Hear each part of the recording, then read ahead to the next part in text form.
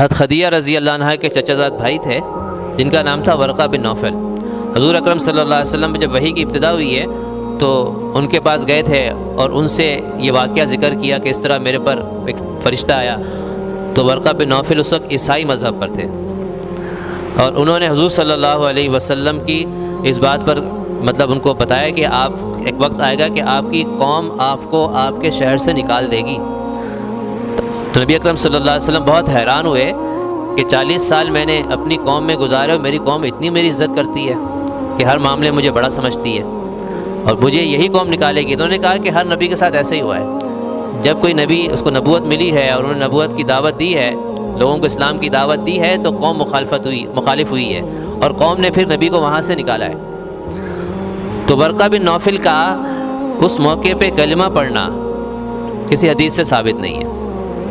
یہ بخاری شریف کی حدیث ہے جس میں آتا ہے کہ ورقہ بن نوفل کے پاس گئے اور انہوں نے اس کی تصدیق کی کہ آپ کے پاس وہی فرشتہ آیا ہے جو حضرت موسیٰ علیہ السلام کے پاس پیغام لے کر آیا تھا۔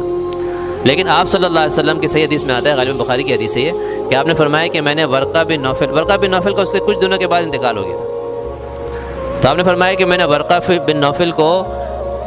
اچھی حالت میں دیکھا ہے، سفید لباس میں دیکھا ہے۔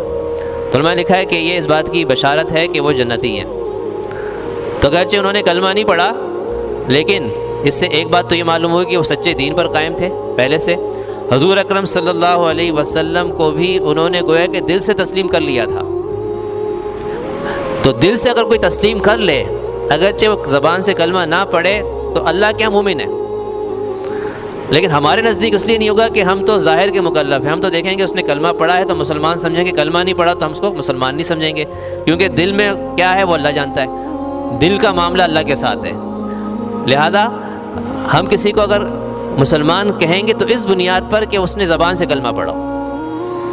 اور اگر زبان سے اسلام کا انکار کرتا ہے یا اس کفر کا اظہار کرتا ہے، شرک کا اظہار کرتا ہے، تو ہم اس کو کافر ہی سمجھیں گے۔